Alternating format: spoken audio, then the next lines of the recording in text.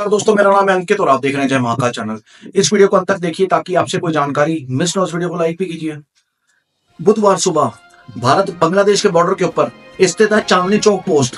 वहां पे हमारा फौजी ड्यूटी कर रहा था और ड्यूटी करने के दौरान एक ग्रुप ऑफ इंडिविजुअल्स आता है बांग्लादेश साइड से और एंटर होता है भारत के अंदर।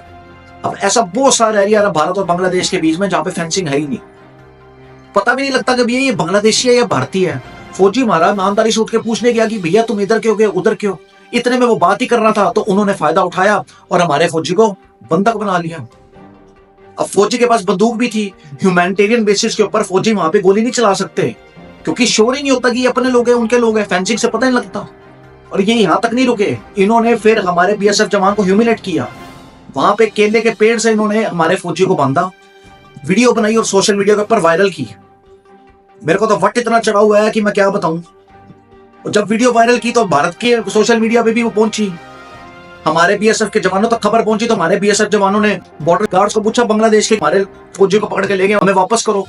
बात होने के बाद बीएसएफ की और बॉर्डर सिक्योरिटी गार्ड्स की फ्लैग मार्च होती है, तब जाके हमारे फौजी को हैंड ओवर किया जाता है।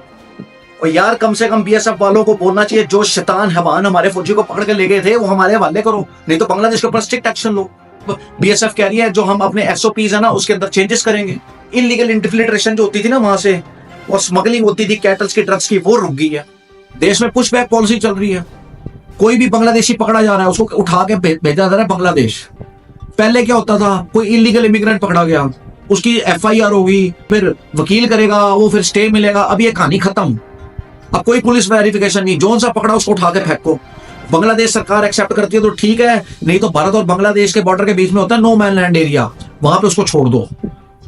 2016 के आंकड़ों के हिसाब से 2 करोड़ बांग्लादेशी थे, अब तो बढ़ के 5 करोड़ हो गए होंगे।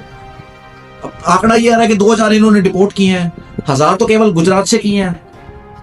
पिछले 6 महीने में 800 दिल्ली से किए हैं, 150 गाजियाबाद से किए हैं, राजस्थान से किए हैं। लेकिन अब ये संख्या तो बहुत ज्यादा है ना। अब यूनियन गवर्नमेंट ने तो गाइडलाइंस दी हुई है स्टेट गवर्नमेंट को कि तुमने नहीं किया तो तुम्हारे पर भी स्ट्रिक्ट एक्शन लिया जाएगा। 15 तारीख का तक टाइम दिया, हर स्टेट को देना पड़ेगा ये रिकॉर्ड कि हम कितने रोहिंग्या बांग्लादेशी पकड़ के डिपोर्ट कर रहे हैं।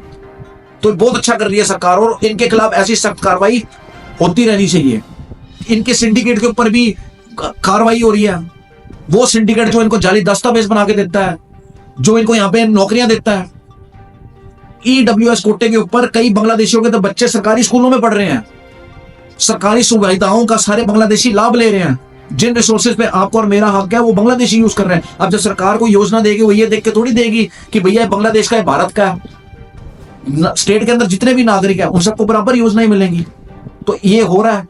जब से 2000 बांग्लादेशी डिपोर्ट किए गए हैं तब से बांग्लादेशी सरकार पैनिक में है। इनको पता है भैया 2 करोड़ से ज्यादा बांग्लादेशी भारत के अंदर है, ये तो डेली ऐसे करेंगे और जब तक एक बांग्लादेशी बांग्लादेश में नहीं भेज लेते ये तो पुश बैक करते रहेंगे। तब से वहां की सरकार पैनिक होगी। इनका जो home affair adviser retired lieutenant general Mohammad Jahangir Asim Chaudhry है, इसने पहले भी ना भारत के खिलाफ बड़ा जहर बका है। ये भारत के समर्थन में कभी भी नहीं था। इसने बोला भारत को अगर भेजने हमारे बांग्लादेशी तो एक सही चैनल से भेजते। ये क्या तरीका कि भारत पुश बैक कर रहा है। यहाँ पे भी तो भारतीय नेशनल रहते हैं, हमने कभी क्या भारतीय नेशनलों को पुश बैक किया? फिर बांग्लादेशी मीडिया भी इससे बात करने कि भैया भारत तो ऐसे पुश बैक कर रहा है तो हमारी सरकार क्या कर रही है। जवाब इसने दिया कि हमारा जो फॉरेन अफेयर एडवाइजर तौहीद हुसैन और नेशनल सिक्योरिटी एडवाइजर खलील उर रहमान ये भारतीय सरकार से बात कर रहे हैं और जल्दी कोई ना कोई सोल्यूशन निकलेगा।